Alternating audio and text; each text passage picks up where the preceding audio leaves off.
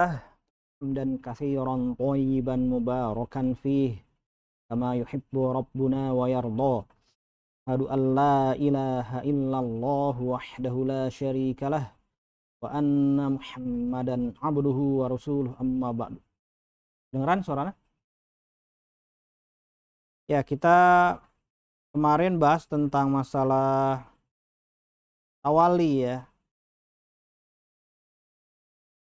Jadi tawali itu memang nama yang diperselisihkan ulama ya. Pengertiannya apa gitu. Meskipun banyak ulama sepakat bahwasanya ada bagian yang merupakan tawali itu ya adalah kekafiran ya. Jadi sebagian ulama sepakat ada sebagian yang merupakan tawali adalah kekafiran ya.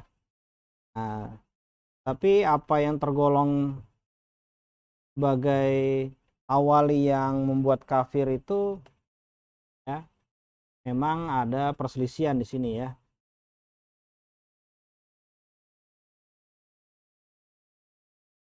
Ya.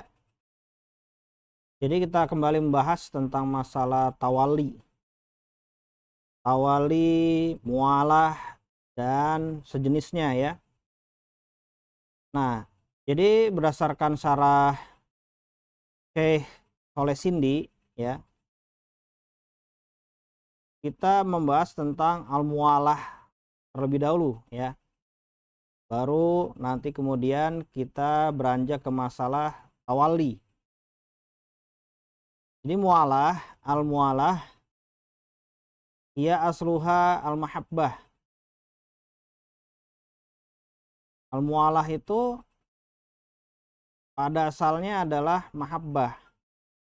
Atau kalau mau dibilang pokoknya ya. Pokoknya adalah mahabbah, kecintaan.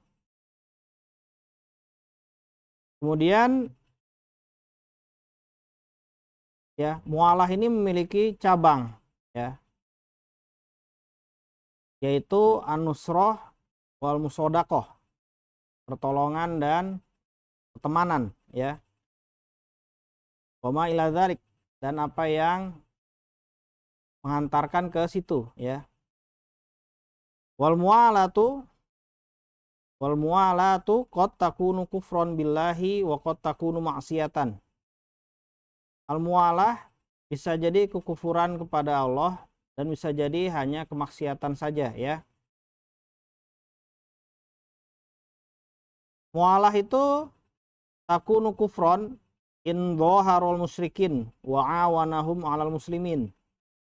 Mualah itu bisa jadi kekafiran kalau berupa menjadi andalannya orang-orang kafir, menjadi andalannya kaum musyrikin ya, dalam menyerang kaum muslimin ya. Seperti halnya ketika lagi konflik ya, sedang konflik antara Yahudi dan Palestina. Lalu ada bagian yang mengaku muslim itu malah menjadi andalannya orang-orang Yahudi dalam memerangi penduduk Palestina ya. Nah, ini masalahnya ya.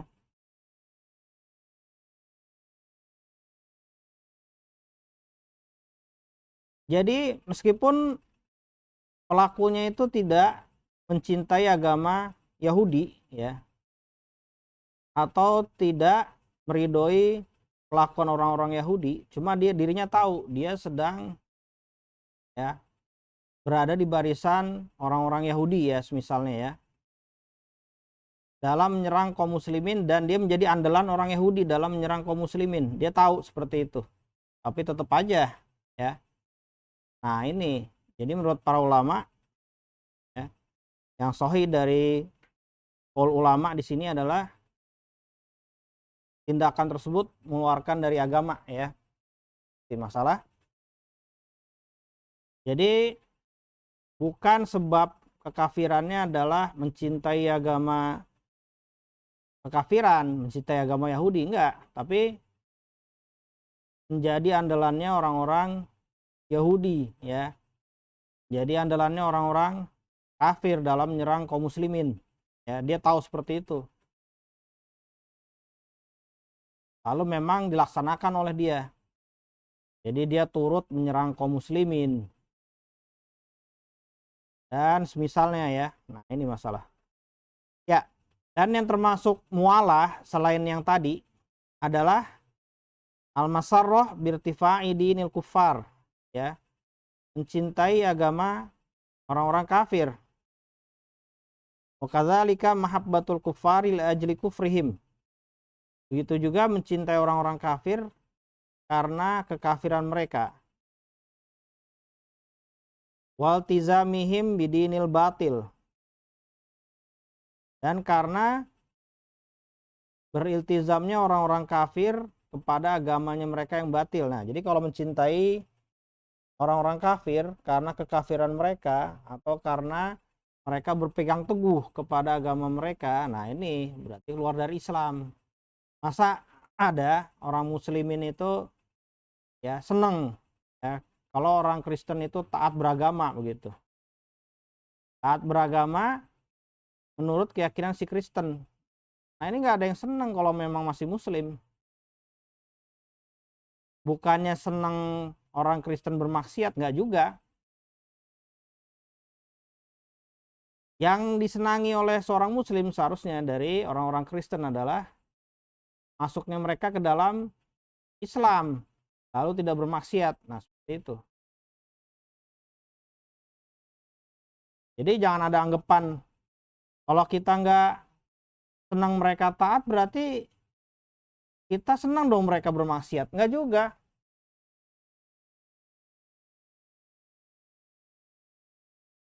Jadi kalau mencintai ya, perbuatan kekafiran mereka, senang ya orang-orang Kristen tuh taat beribadah di gereja. Nah ini berarti telah meridhoi kekufuran mereka. Itu udah jelas itu. Ini saya rasa nggak ada perselisihan lagi ya. Sudah banyak ulama membahas di kitab-kitab mazhab ya, di kitab-kitab fikih. Lalu ada tulisan tersendiri ya seperti yang dikarang oleh Ibnu Hajar Al-Haytami di kitab apa? Al-I'lam biqawatil Islam dan selainnya ya. Ini banyak perkara-perkara telah dibahas oleh para ulama semisal ini. Ya, ulama mazhab ya. Seperti itu. Ya, lalu mualah bisa jadi hanya maksiat, bukan kafiran. Itu kalau mencintai orang-orang kafir karena perkara duniawi, apa? Karena perkara duniawi ya. Seperti yang muncul pada sebagian ahli maksiat ya. Bahwasanya mereka mencintai, menokohkan pemain bola misalnya atau bintang film atau apa? Pemusik ya. Itu. Jadi ini adalah kemaksiatan ya.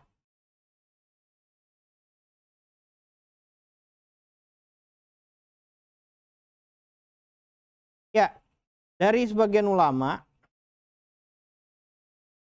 ada yang menjadikan mualah tamah ya, namanya adalah tawali di sini. Jadi sebagian ulama menamai mualah yang sempurna itu sebagai tawali. Dan mualah yang kurang sempurna, tidak sempurna ya, dinamai sebagai mualah saja. Gitu. Itu hanya pengistilahan ya. Dia ini hanya pengistilahan.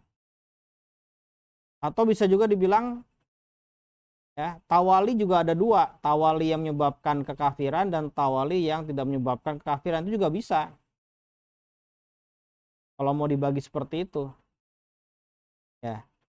Jadi menurut para ulama yang membagi mualah kepada tamah sempurna dan tidak sempurna atau nakisoh ya, mereka menganggap bahwasanya mualah tamah itu adalah kekafiran. Sedangkan mualah naqisoh yang tidak sempurna adalah maksiat biasa. Nah ini. Ya. Lalu di kalangan mereka ada yang menamai mualah tamah sebagai tawali. Lalu mualah naqisoh sebagai mualah saja intinya. Ada yang seperti itu. Tapi juga ada di kalangan ulama yang enggak memakai pembagian seperti ini. Jadi mereka juga membagi tawali kepada tam dan nakis ya. Jadi berarti ada yang membagi mualah kepada tamah dan nakisoh, juga ada yang membagi tawali kepada tam dan nakis ya. Dan seperti itu ya. Jadi di kalangan ulama ada yang membagi mualah kepada sempurna dan tidak sempurna, yaitu kepada tamah dan nakisoh ya. Dan di antara mereka juga ada yang membagi tawali kepada tam sempurna dan nakis tidak sempurna. Kalau sempurna berarti kufur ya, kekafiran. Kalau tidak sempurna berarti cuma maksiat biasa. Nah itu hanya sekedar pengistilahan ya. Jadi itu berdasarkan surat Al-Maidah ya. Wa may yatawallahum minkum fa innahu minhum. Barang siapa yang mengangkat mereka sebagai wali ya, berarti termasuk ya bagian mereka, termasuk golongan mereka. Nah ini juga perlu dirinci, maksud mengangkat mereka sebagai wali itu apa gitu ya. Karena kalau kita tinjau kamus-kamus bahasa Arab seperti ya As-Sihah karya Al-Jauhari ya, awali itu berasal dari kata walyun, yaitu maknanya dunung, dekat ya. Qurb wa dunung, kedekatan dengan jarak atau kedekatan secara maknawi ya. Berarti arti tawali secara bahasa berarti mengambil sesuatu sebagai yang dekat dengannya. Wah, ini berarti apa kalau kayak gitu? Bisa secara maknawi, bisa secara ya lahir, yaitu dengan jarak. Itu.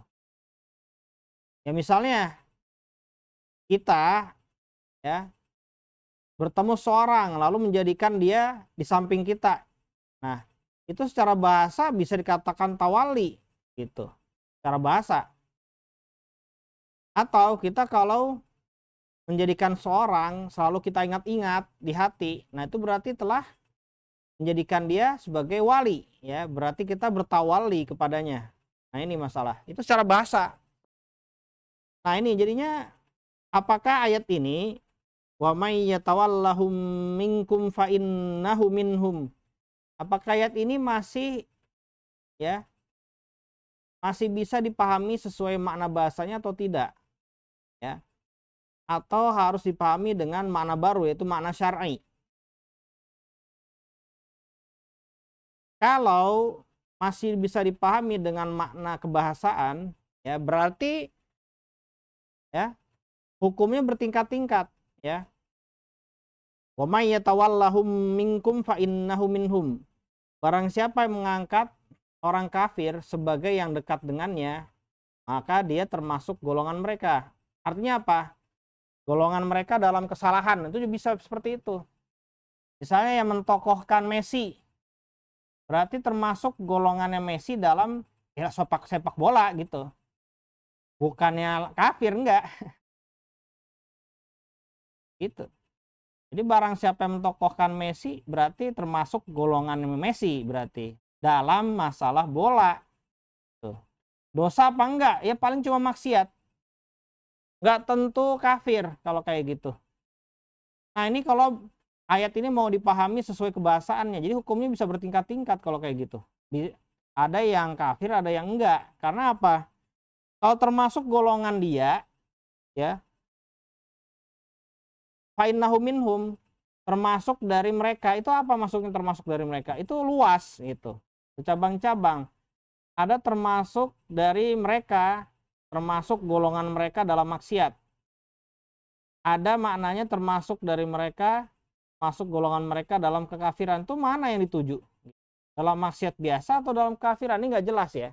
Jadi makanya ayat ini harus dipahami dengan ayat yang lain ya. Jadi tidak bisa dipahami seperti itu juga.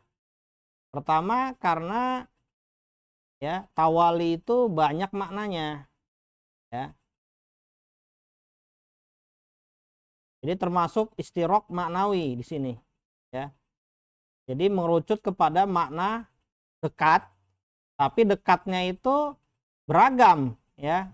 Ada yang dekat itu mentokohkan, ada yang dekat itu ya menjadikan sebagai panutan beragama, ada yang dekat itu mencintai karena agama, ada yang dekat itu mencintai karena kekerabatan tok gitu. Nah ini, jadi mana ini maksudnya? Lalu hukumnya juga beragam, termasuk golongan mereka, termasuk mereka kan, fa'innahu minkum, fa'innahu minhum. Maka dia termasuk mereka, itu termasuk golongan mereka. Maksudnya apa sih? Termasuk golongan mereka dalam kekafiran atau dalam maksiat biasa. Nah ini juga bisa seperti itu. Berarti masalah awalinya itu beragam makna, termasuk istirok maknawi. Ya, maknanya bisa macam-macam tapi merucut kepada satu makna yaitu dekat. Lalu hukumnya bisa kekufuran atau bisa kemaksiatan saja. Nah ini jadi akhirnya bisa dibilang ayat ini surat Al-Maidah ini wa may yatawallahum minkum fa innahu minhum. Itu tergolong ayat yang mujmal, perlu penjelasan dari ayat yang lain ya. Itu ya masalah ya. Jadi tidak boleh seseorang itu mengkafirkan orang lain nebak-nebak ya. Itu gulu nanti jadinya. Malah menjadi firqah khawarij gitu. Ya, seperti itu modelnya.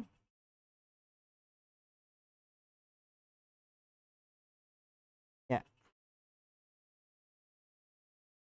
Ya, Syekh Sindi menjelaskan, adapun ya yang di bawah kekufuran yaitu mencintai karena perkara dunia yaitu tidak termasuk kekafiran, cuma maksiat biasa ya, masalah. Ya. Lalu Syekh Sindi berkata, at-tauhidu yaktabi minal muslimi ayyakuna mutaba'idan minal kufri wa ahli. Tauhid itu ya, yang ada pada seorang muslim harus menjadikan pemeluknya jauh dari kekafiran dan jauh dari pelakunya. Maksud jauh dari pelakunya apa? Ini juga masih ambigu gitu ya. Apakah kita kalau melihat orang kafir harus kabur begitu? Nah ya, antum paham nggak? Ya, paham. Jadi begitu, apa maknanya itu apa gini? Jauh gitu, mutaba'id itu artinya apa ya?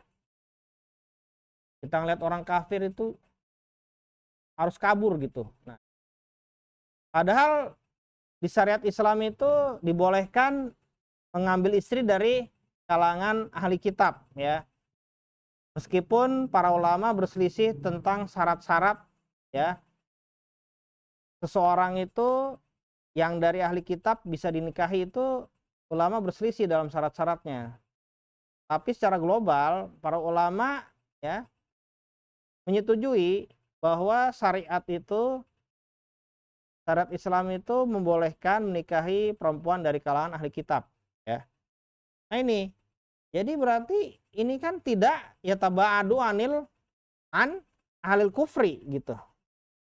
Jadi ya orang yang menikahi perempuan dari kalangan ahli kitab itu lah ya taba'adu bijismihi an ahlil kufri. Jadi tidak menjauhi badannya dari ya pelaku kekafiran. Jadi bagaimana maksudnya begitu? Ya berarti harus ditafsirkan dengan yang sudah baku kalau kayak gitu. Ya, jadi kaidah kan sudah jelas ya. Mutasyabih itu yuraddu ila muhkam.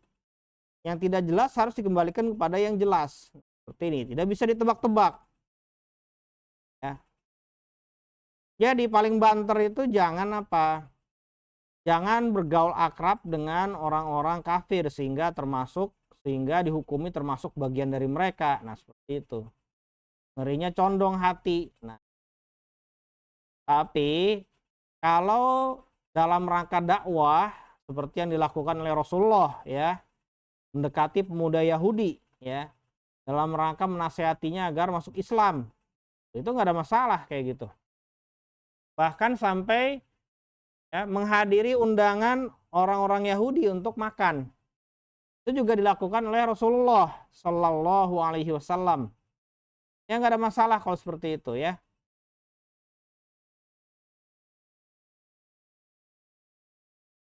Ya, jadi Allah berfirman, ya ayyuhalladzina amanu la tattakhidhu aduwwi wa aduwwakum awliya'a tulquna ilaihim bil mawaddah wa qad kafaru bima ja'akum minal haqq. Ya, wahai orang-orang yang beriman, janganlah kalian ambil musuh saya dan musuh kalian sebagai wali-wali yang kalian itu ya mencintai mereka. Padahal mereka telah kafir dengan dengan kebenaran yang datang kepada kalian. Itu ya. Nah, ini masalah ya. Jadi berarti konteksnya di sini jangan mengambil ya orang-orang kafir yang terang-terangan memusuhi kaum muslimin, memusuhi Islam ya sebagai wali-wali yang kalian cintai, sebagai orang-orang dekat yang kalian cintai. Maksudnya yang kalian cintai apa nih? Apa cinta karena kekerabatan atau tidak? Ya sudah pasti bukan cinta karena kekerabatan, cinta yang lain kalau kayak gitu. Ya. Bukan karena cinta pernikahan, nah seperti itu. Agak beda ini masalahnya. Ya.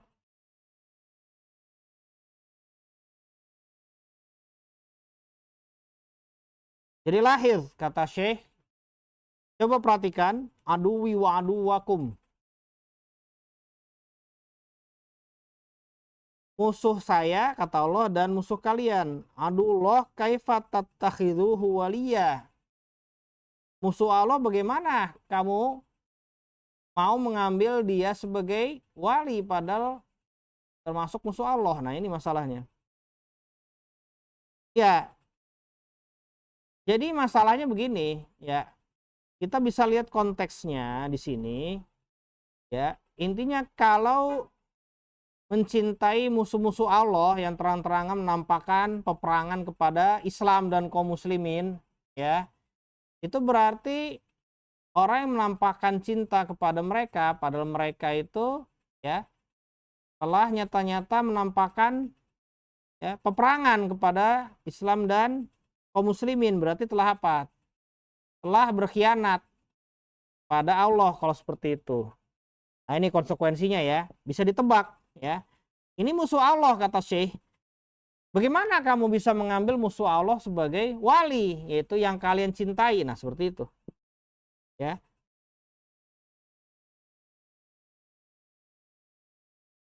Nah, jadinya aulia lalu tulkuna ilaihim bil mawaddah. Itu tulkuna ilaihim bil mawaddah itu bisa jadi sifat bagi aulia, ya, wali-wali yang kalian cintai. Nah, itu. Nah, ya. Bisa jadi sifat di sini.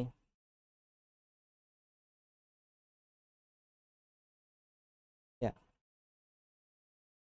Padahal dia musuh Allah ya. Berarti intinya ada ya, ada semacam pengkhianatan di sini unsur ya, di mana kita seakan-akan berbelok ya. Berbelok kubu dari kubunya Allah dan Rasulnya menjadi ya berpaling ke kubu kaum musyrikin. Ya, berarti telah tercipta ya peperangan berarti secara terang-terangan kalau seperti itu ya. Jadi perhatikan ini kelaziman-kelaziman yang ada nih. Nah ya, supaya kita bisa mengambil faidah ya di sini. Nah, ini berarti apa? Yang memang termasuk kekafiran adalah ya modelnya seperti ini. ada orang-orang kafir yang memang menampakkan peperangan kepada kaum muslimin dan Islam, ya. Lalu ada orang, ya, rela gitu dan sengaja, ya, malah mau menjadi musuhnya Islam dan kaum muslimin. Nah, itu meskipun tahu itu salah, kayak gitu. Tahu itu nggak benar perbuatannya, tahu itu salah, tapi tetap dikerjakan. Nah, ini dia masalahnya, ya. Meskipun tidak mencintai agamanya kaum kafir tersebut. Nah, begitu. Cuma rela dan sengaja, ya, mau menjadi musuhnya kaum muslimin dan Islam. Nah, seperti itu, ya. Itu udah jelas itu. Meskipun nggak suka, ya, kepada agamanya kufar. Nah, seperti itu. Jadi para ulama menghukumi yang seperti ini keluar dari Islam, ya. Lalu ada hadis, ya, waqala alaihi salatu wassalam, ya, Rasulullah alaihi salatu wassalam, awsaku oral iman al hubbu fillahi wal bughdu fillah, ya. Jadi tali Islam yang paling kuat adalah mencintai karena Allah dan membenci karena Allah. Kata Syekh, wa ammal muamalatu ma'al kuffari fa apa? Fayahkumuha qauluhu ta'ala. Ya.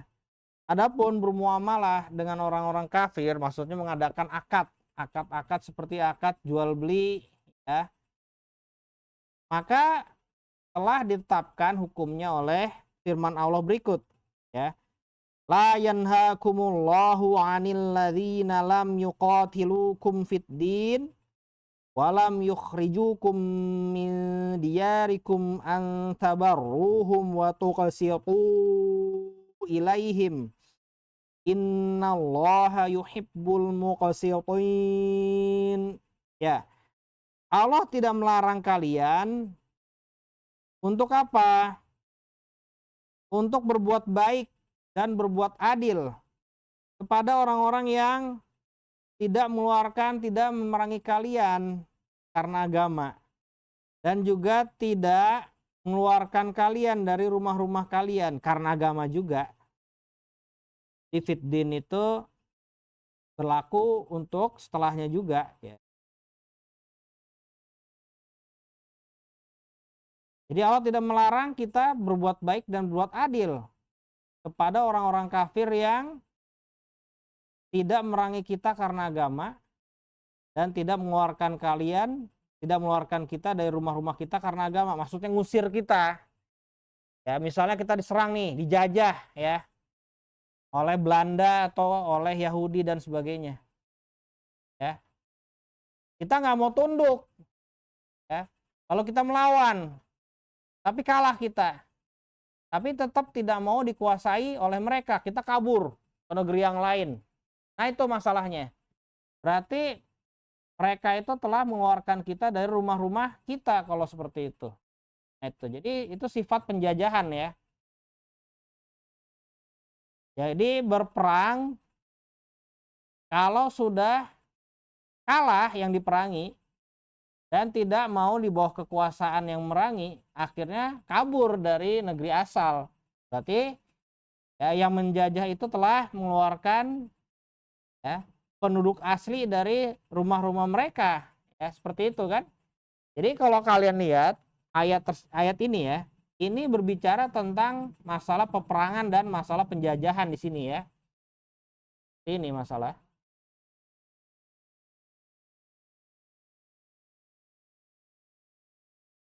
Ah, ya. Jadi, ya, ayat ini muntobik, ya, cocok, ya, berlaku untuk semua jenis penjajahan, ya. Baik, ya, ketika Rasulullah masih di fase Mekah, Rasulullah itu berdakwah, ya, di dalam kekuasaan orang-orang kafir Quraisy, lalu ditekan, diintimidasi, ya. Nah itu, jadi termasuk jenis penjajahan seperti itu. Akhirnya apa? Akhirnya hijrah kaum muslimin ke Habasyah. Ya, ada 2 hijrah di sini, ya. Lalu akhirnya Rasulullah itu diizinkan untuk hijrah ke Madinah. Nah, ini seperti karena pertentangan kaum musyrikin itu sudah luar biasa, ya. Permusuhan kaum musyrikin itu ya sudah luar biasa, ya. Banyak kaum muslimin tidak mampu ya untuk menegakkan agama di situ. Tidak bisa menampakkan agama secara terang-terangan. Ya, kalau ketahuan beribadah, nah dipukulin lah, disiksa lah seperti itu, bahkan sampai dibunuh, ya.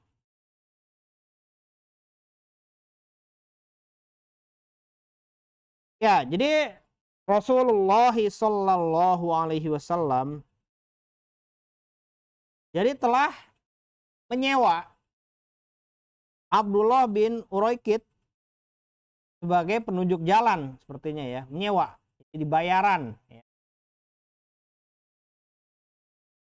Padahal dia dalam keadaan musyrik, Abdullah bin Uraikid, ya, dalam keadaan musyrik, masih meluk agama kaumnya, ya. Jadi telah mengambil Abdullah bin Uraikid sebagai penunjuk jalan bayaran, ya. Dalam perkara yang agung, yaitu perkara hijrah di sini. Jadi Abdullah bin Uraikid ini menunjukkan jalan ke arah Madinah, ya.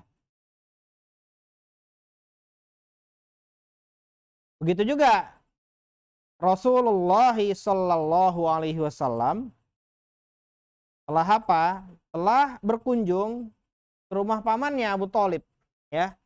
Padahal dia itu belum berislam, masih memeluk agama orang-orang kafir, ya.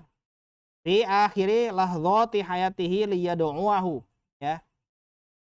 Pada akhir-akhir kehidupan Abu Thalib nih, dalam rangka apa?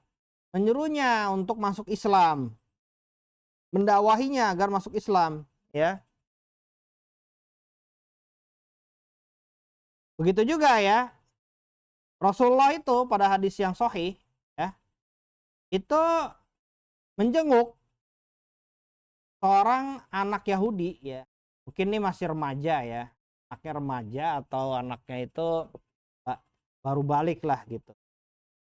Tapi menjadi pelayannya Nabi di situ. Kalau nggak salah ya, pelayan Nabi, ya. Jadi Rasulullah itu mengunjunginya, menjenguk, ya, sakit. Lalu ya Rasulullah minta agar dia berislam. Lalu anaknya itu menengok bapaknya. Lalu bapaknya bilang, orang Yahudi, "Ati Abul Qasim," ya. "Patuhilah Abul Qasim," langsung masuk Islam. Akan tapi habis itu meninggal dalam keadaan muslim, ya.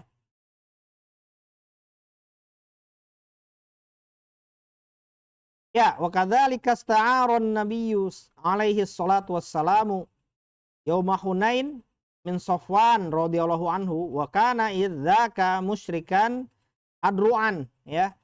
Jadi Rasulullah pernah meminjam pada saat perang Hunain, ya, perisai-perisai baju besi, baju perang, ya, dari Safwan. Padahal dia waktu itu masih musyrik. Nah, memang akhirnya masuk Islam, ya. Nah, ini masalah.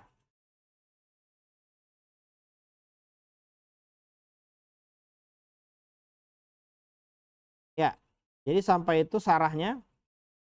Kemudian masuk bab baru, ya, dari Syekh Muhammad Ibni Abdul Wahhab, ya, i'lam arsyadakallahu li ta'atihi annal hanifiyata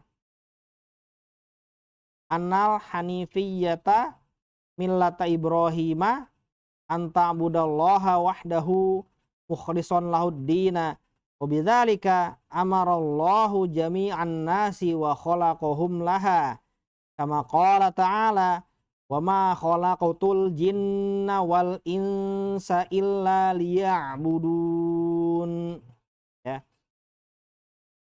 Wa ma'na ya'budun yuwahhiduni, makna ya'buduni yuwahhiduni, ya. wa a'dhamu ma amarallahu bihi at-tauhidu wa huwa ifradullahi bil ibadah wa a'dhamu ma naha anhu asyirku wa huwa da'watu ghairihi mah. Wa dalilu qauluhu ta'ala wa'budullaha wa la tusyriku bihi syai'a wa la tusyriku bihi syai'a.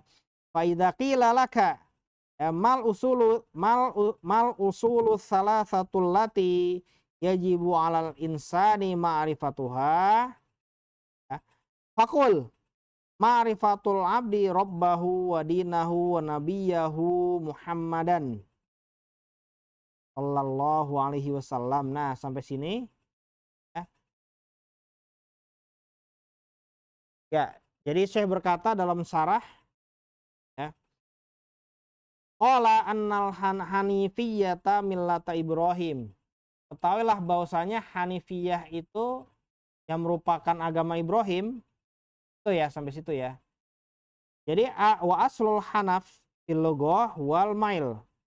Walidzalika qalu lima ili rojil, lima ili ar-rijli, lima ili rijli, ya, al-ahnafu fal hanaf wal mail. Ya, jadi asal, ya, makna hanaf secara bahasa adalah condong, ya.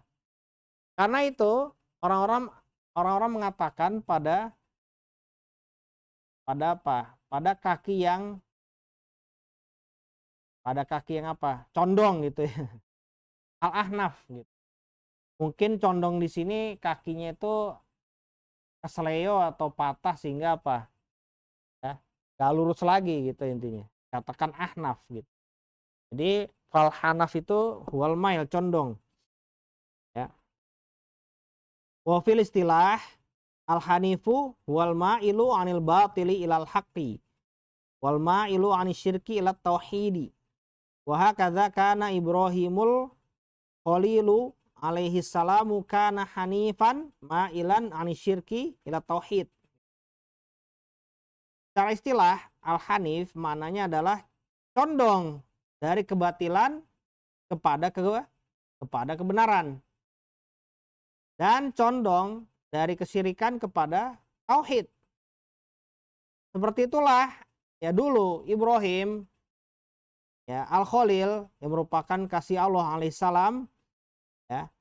Dulu Ibrahim adalah seorang yang hanif, yaitu condong kepada tauhid, ya. Maksudnya condong kepada tauhid dari, ya, kesyirikan. Ini dari itu maksudnya darinya bukan darinya itu ini ya, menjelajah gitu ya. Nah, ini memang menurut Ibnu Katsir seperti itu ya. Memang ada perselisihan di kalangan ulama apakah Nabi Ibrahim itu, ya, pernah mengakui bulan, bintang dan lainnya itu sebagai robnya atau tidak. Itu ada perselisihan ya. Cuma ya, yang mau saya tegaskan di sini, perkataan saya condong dari kebatilan menuju kebenaran dan condong dari kesyirikan kepada ketauhidan itu maksudnya itu darinya itu artinya jauh. Bukannya dia pernah nyemplung di kebatilan lalu beranjak pergi kepada kebenaran, atau dia pernah nyemplung di kesyirikan beranjak pergi ke ketauhidan itu. Jadi an di situ, an itu lil bu'di maksudnya di situ. Ya, mungkin ada kalau diterjemahin itu mungkin agak susah di bahasa Indonesia ya. Makanya an itu diterjemahkan itu dari saja. Cuma darinya itu bukan dari pernah nyemplung ke kebatilan menuju ke kebenaran atau pernah nyemplung di kesirikan lalu beranjak pergi ke kebenaran, bukan seperti itu maksudnya ya. Jadi an itu artinya lil bu'di menurut bahasa Arab. Jadi berarti ya dia itu menjauhi kesirikan, bukan pernah nyemplung kepada kesirikan, ya. Dan dia itu menjauhi kebatilan, bukannya pernah nyemplung ke kebatilan, bukan seperti itu maksudnya ya. Ini. Jadi an itu lil bu'di, ya, artinya jauh dari kebatilan, ya. Kalau mau diilustrasikan begini, ya. Kalau kita dikatakan, ya, Yang benar itu mentauhidkan Allah dalam ibadah atau bukan? Nah, orang langsung bilang, ya tauhid lah yang benar, mentauhidkan Allah lah dalam ibadah yang benar, gitu ya. Nah, berarti itu sudah hanif berarti. Sudah condong kepada kebenaran. Nah, itu ya menjauhi kesyirikan. Nah, ini maksudnya. An itu begitu maknanya ya. An itu lil bu'di di sini ya. Bukan pernah nyemplung kepada kesyirikan, enggak. Nah, jadi ilustrasinya seperti itu. Orang dikatakan hanif apabila dipilihkan ya salah satu dari dua hal ya. Mana yang akan dia tempuh, mana yang akan dia setujui. Nah, dia menyetujui yang benar. Nah, itu berarti ya hanif. Begitu dipilihkan, mana yang akan kamu pilih? Yang benar atau yang salah? Yang tauhid atau yang syirik? Langsung dia spontan, ya, secara spontan ya, memilih tauhid dan memilih kebenaran. Nah, itulah hanif berarti ya. Condong kepada kebenaran. Itulah hanif ya. Itu ilustrasinya seperti itu hanif itu ya. Jadi spontan langsung gitu ya, tanpa berpikir dulu. Nah, itu ilustrasinya seperti itu. Iya. Jadi tentang kisah Ibrahim itu saya tidak mau berpanjang-panjang memang karena ada khilaf ya bainal ulama ya. Bainal mutaqaddimin wal mutakhirin. Ya ada khilaf apakah Ibrahim itu pernah jadi musyrik atau tidak ya. Kalau begitu tafsiran wa ma kana minal musyrikin. Jadi Ibrahim tidak pernah ya menjadi musyrik sama sekali. Itu maksudnya apa? Nah, ini itu ya dibahas di tempatnya tersendiri. Kalau kita mau memperbandingkan antara riwayat-riwayat yang ada, misalnya di tafsir At-Tabari, lalu di tafsir Ibnu Abi Hatim, lalu di tafsir yang lain, kita bandingkan dengan apa yang tertera di tafsir Ibnu Katsir dan lainnya kita bandingkan gitu. Terusnya penjelasannya At-Tabari bagaimana, penjelasan Ibnu Katsir bagaimana, kita bandingkan gitu. Nah, itu. Jadi akan ketahuan ya tafsirannya yang benar yang mana ya. Ini ya. Wal millah, adapun millah itu agama. Hiya asluddin, dia adalah pokok agama. Itu adalah pokok agama al-millah itu. Au jumlatuddin, atau apa? Globalnya agama. Maksudnya agama secara keseluruhan itu al-millah. Berarti kumpulan syariat gitu aja. Al-millah berarti ya kumpulan agama atau kumpulan syariat. Berarti itu adalah al-millah berarti ya. Fala yuqalu li tafasil syariah innaha millah. Jadi tidak dikatakan pada perincian syariat itu adalah al-millah. Jadi al-millah berarti apa? Berarti syariat seluruhnya secara berkumpul, secara menyeluruh kalau seperti itu ya. Innamal millatu hiya usuluddin, wa mabanihi wa ma'akidih ya. Jadi yang disebut millah itu adalah pokok agama atau fondasi-fondasinya atau buhul-buhulnya, buhul pokok. Nah, yang kalau putus ya putus pula, jatuh jurang. Nah, itu.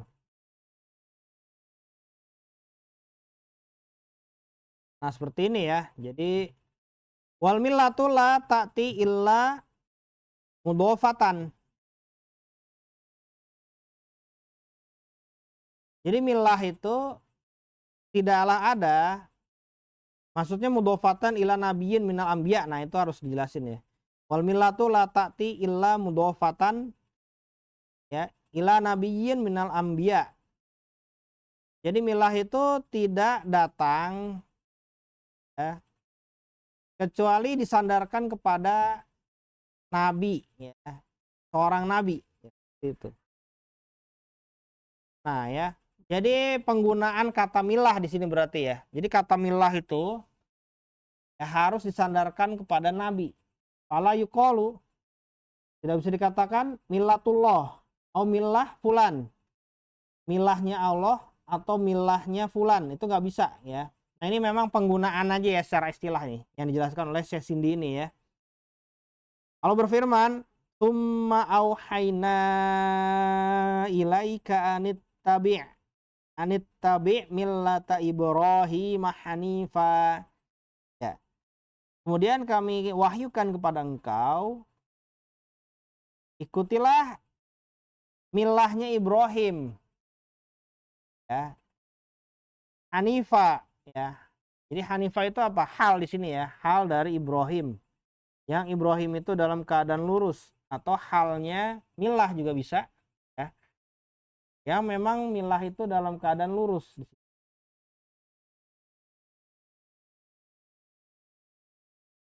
Atau kalau mau dibilang Hanifan itu sifat bagi milah, bisa nggak? Nah, jadinya sebenarnya ya, jadinya Hanifah itu adalah hal, ya. Entah halnya Ibrahim atau entah halnya milah, ya. Karena milah itu kalau didofahkan kepada Ibrahim, jadinya jadi ma'rifat ya. Karena didofahkan kepada isim alam, jadi ma'rifat. Jadi menurut Nahwu Basri, ya, jadi sifat itu ya tidak bisa menjadi naat bagi ma'rifat. Afwan, ya. Sifat yang nakiroh tidak bisa menjadi naat, ya. Nakiroh kalau mau dibilang, ya, isim sifat nakiroh gitu aja ya. Bahasanya inilah istilahnya. Isim sifat yang nakiroh tidak bisa menjadi naat bagi ini ya, isim ma'rifat. Nah, seperti itu. Ya. Berarti tidak dikatakan naat atau sifat, berarti hanifan itu dikatakan hal di sini. Jadi berkata Yusuf alaihissalam, wattaba'tu millata abai Ibrahim wa Ishaq wa Yaqub. Ya, dan saya mengikuti milah bapak-bapak saya yaitu Ibrahim, Ishak dan Yakub, ya di sini. Jadi Yusuf itu ya menggolongkan ya, ya, jadi ini tidak disebut Ismail ya di sini ya. Ya, berarti memang bapak-bapaknya itu ya Ibrahim, Ishak, Yakub ya. Jadi Yusuf itu putranya Yakub, Yakub itu putranya Ishak, Ishak itu putranya Ibrahim ya. Berarti benar di sini ya. Saya mengikuti milahnya bapak-bapak saya ya. Gitu. Ibrahim, Ishak, Yakub di sini ya. Nah, jadinya milah itu disandarkan kepada para nabi, bukan kepada Allah atau pada orang tertentu selain nabi. Nah,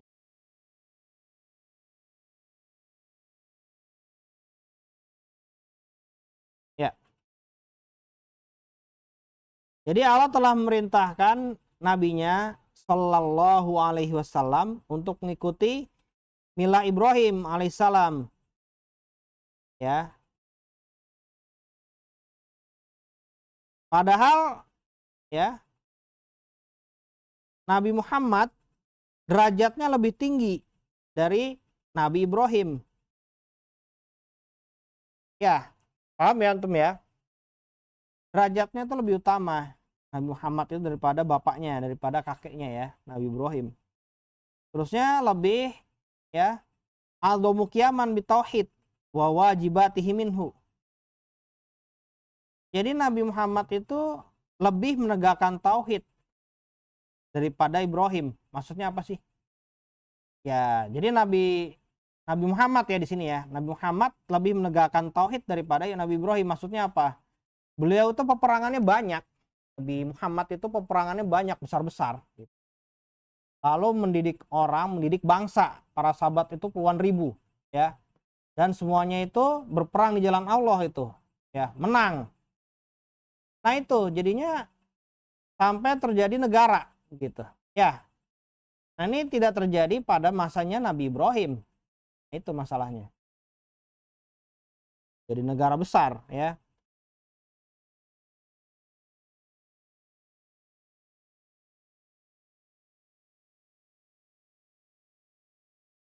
Ya, jadi kenapa kok Nabi Muhammad itu padahal seperti itu tetap disuruh mengikuti milahnya Nabi Ibrahim? Kenapa? Karena beberapa perkara. Pertama, karena Nabi Ibrahim adalah yang duluan dalam zaman, ya. Adanya duluan. Kalau begitu ya masuk akal kalau diperintah Nabi Muhammad untuk mengikuti mila Ibrahim. Masuk akal. Ya, karena Nabi Ibrahim duluan masanya.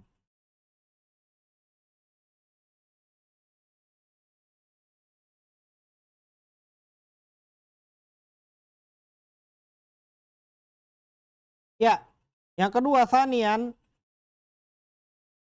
anna fil amri bittiba'i millati Ibrahim alaihi salamu ubayana anna hadzal dina ma huwa illa imtidadun limillati Ibrahim alaihi salamu. Nah, jadinya ya perintah untuk mengikuti agamanya milahnya Ibrahim, ya, dan penjelasan bahwasanya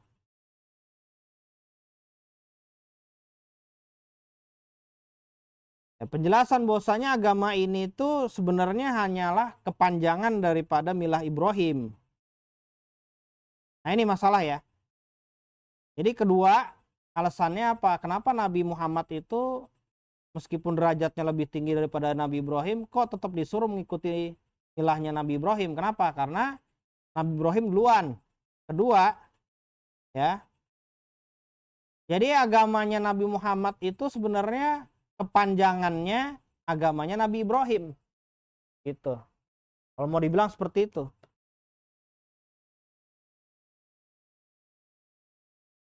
Ya, paling seperti ini saja ya. Ada yang mau ditanyakan?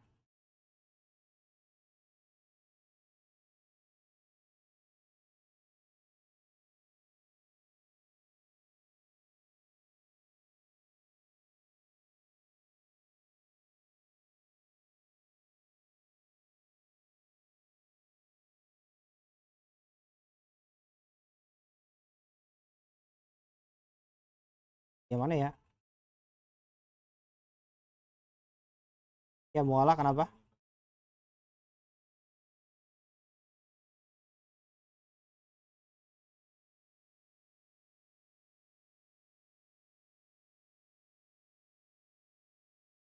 Oh, ini yang maksiat ya. Ya, ini ya, kalau di sini mualah yang maksiat aja ya. Itu dalam masalah duniawi intinya. Nokohkan orang kafir dalam ini. Bukan dalam agama kan ya. Ini yang maksiat biasa.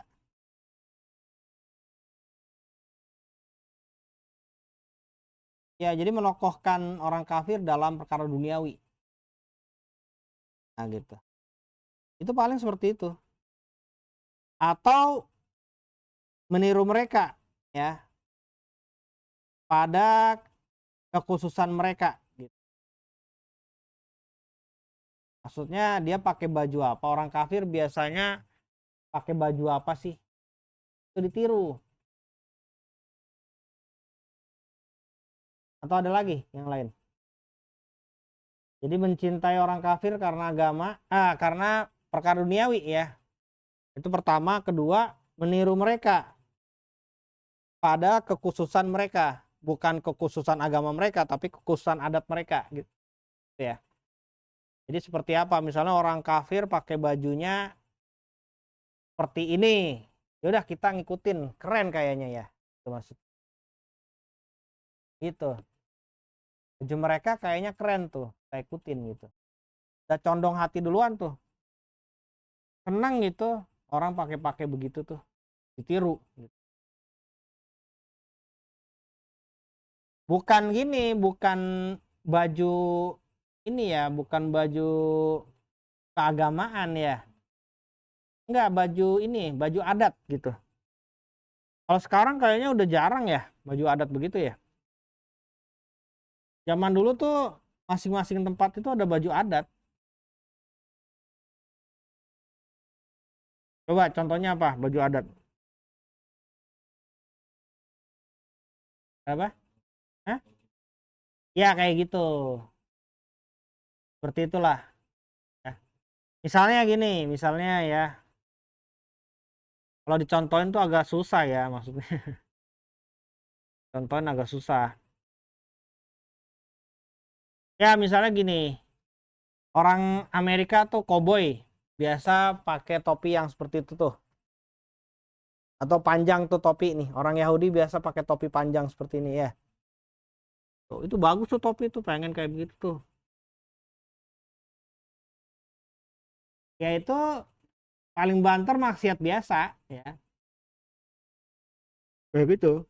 Paling banter lah maksiat biasa itu. Jadi meniru apa yang menjadi ciri khas orang kafir. Nah, jadi sebetulnya begini, kalau pakai topi itu biasanya orang kafir gitu aja. Pakai baju ini biasanya orang kafir. Gitu maksudnya. Itu adalah kekhususan orang kafir gitu ya. Untuk paham nggak maksudnya? Iya. Kalau baju-baju begitu biasanya sudah jarang ya gitu ya. Iya, bener nggak? Misalnya kalau di Cina ya, di Cina tuh kan ada suku tertentu yang muslim. Jenggotnya panjang-panjang. Tapi bajunya sama kayak baju ini, baju setempat itu ya. Nah itu, cuma yang bedakannya laki-laki biasanya jenggotan. Di Cina tuh kan ada ya suku-suku yang Islam kan, orang tuanya Uighur ya. Bukan Uighur, ada satu lagi. Bukan Uighur itu. Ada yang ini, jenggotnya panjang-panjang itu. Ya cuma pakaiannya biasa kayak yang lain. Kayak apa? Bangsa Cina yang lain yang beribadah kepada selain Allah gitu. Nah ini kalau gitu udah susah diciriin. Zaman sekarang tuh kayaknya susah ya, nggak ada baju khusus ini ya. Orang kafir ya, kecuali baju keagamaan paling. Ya kayak misalnya orang Buddha tuh pakainya pakai kuning-kuning kayak gitu, dilipet-lipet tuh. Ya, antum tahu ya.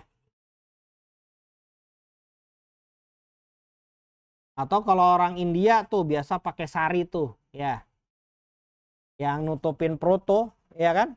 Nah begitu. Itu bagaimana tuh? Yang biasa pakai itu tuh bukan Muslim. Yang pakai sari perempuan perempuan India yang pakai sari itu biasanya bukan Muslim. Biasanya non Muslim. Karena Muslim itu biasanya pakaiannya apa? Gamis-gamis panjang biasanya. Ya, yang perempuan bukannya yang sari, yang kemben lalu perutnya itu dibiarin terbuka, ditutup dengan kain sari. Ya, itu biasanya Hindu. Tradisi Hindu seperti itu. Nah, itu maksudnya ya. Kayak begitu begitu. Itu bukan pakaian keagamaan, bukan gitu. Kebiasaan aja, ya. Nah, gitu. Cuma tetap aja kalau pakai itu bagaimana seorang muslim? Nah, ini jatuhnya bagaimana? Kata Ibnu Taimiyah di Al-Iqtida As-Siratal Mustaqim itu ya haram derajatnya. Kalau menurut Ibnu Taimiyah di kitab itu ya. Nah, ya. Jadi beda derajatnya dengan pakai pakaian keagamaan. Kalau pakai pakaian keagamaan hukumnya lebih syadid lagi, lebih haram lagi. Misalnya ya pakai baju pendeta, mau Kristen lah, antum tahu baju pendeta tuh. Yang jas hitam yang ada putih di sininya tuh, ya kan? Oh gimana itu? Saya kan cuma main-main. Ya memang nggak sampai derajat kafir sih enggak, cuma dosa seperti itu. Ya. Apa yang membedakannya antara tadi pakai baju sehari-hari mereka yang orang kalau pakai baju itu pasti dianggap non muslim. Terusnya pakai baju keagamaan mereka. Nah, kalau pakai baju sehari-hari mereka itu masih khilaf sebenarnya. Ada yang bilang makruh saja, ada yang bilang haram. Itu. Yang bilang makruh itu di kalangan Hanabila banyak. Itu. Tapi kalau pakai pakaian keagamaan gitu ya. Nah, ini memang kalau mau dibilang sepakat bilang haram. Cuma masalah pengkafiran nanti dulu. Yang biasa mengkafirkan dari kalangan Hanafiyah nih seperti itu, ya. Memakai baju mereka, baju keagamaan mereka bukan karena hajat. Tapi kalau karena hajat dingin nggak ada masalah. Nah itu menurut Hanafiyah ya, mazhab Hanafi itu. Jadi mazhab Hanafi itu dalam pengkafiran itu lumayan keras, syadid. Jadi mesti dibandingkan dulu dengan yang lain.